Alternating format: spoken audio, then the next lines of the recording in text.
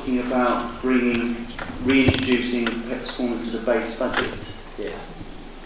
At a sum of £28,000. I just want to clarify that figure, because in the medium-term financial strategy it says that it's £128,000.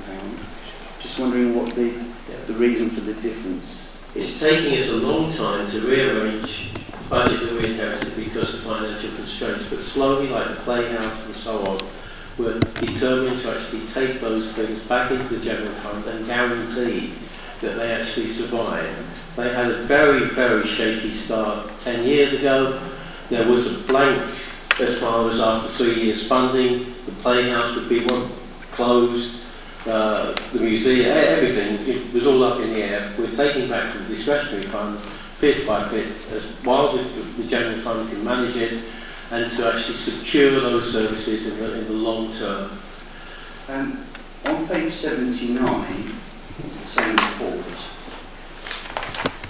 it says the 2020-21 base budget now also includes provision to fully fund Pets Corner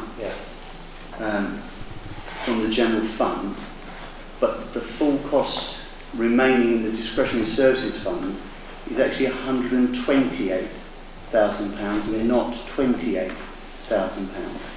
So, are you going to fully fund Pets Corner from the base budget, or are you going to leave it partially hanging in the discretionary service fund? Because your press release said you were fully funding it from the general fund to put it on a secure footing. Just wondering which it is. Yeah, so with effect from next financial year, the full cost of Pets Corner will be included in the base budget of the general fund. There will be nothing left remaining to be funded from discretionary funding sources. But as I say, that cost is £128,000. But we're bringing it back bit by bit. Yeah, maybe I can just explain on that. So, in terms of the table that's presented in the general fund report, the very top of the table on page 76 shows a figure of £75,000. That was the original gap that was identified in the medium-term financial strategy this time last year. And to get to the £75,000 gap, we'd already assumed £100,000 wouldn't be needed to fund Pets Corner. What's actually happened as we've developed the budget is that cost is actually 128. So there's an additional £28,000 had to be built into the actual general fund based budget to accommodate the full cost. So it kind of comes at it from two different angles. So the 28k in the table you're referring to on page 76 is the difference between the original 100,000 that was in the MTFS report this time last year and the actual 128,000 that is now in the MTFS, which is the revised cost of the service that we've identified as part of the budget process. Thank you. So can we be clear, Chair? Pets Corner is now guaranteed, unlike previously when it had to be in a discretionary fund. Yes, thank you, Councillor Danvers. I mean, loud and clear, Pets Corner is fully funded. Now, by the Labour Authority, unlike previously. The additional pressure.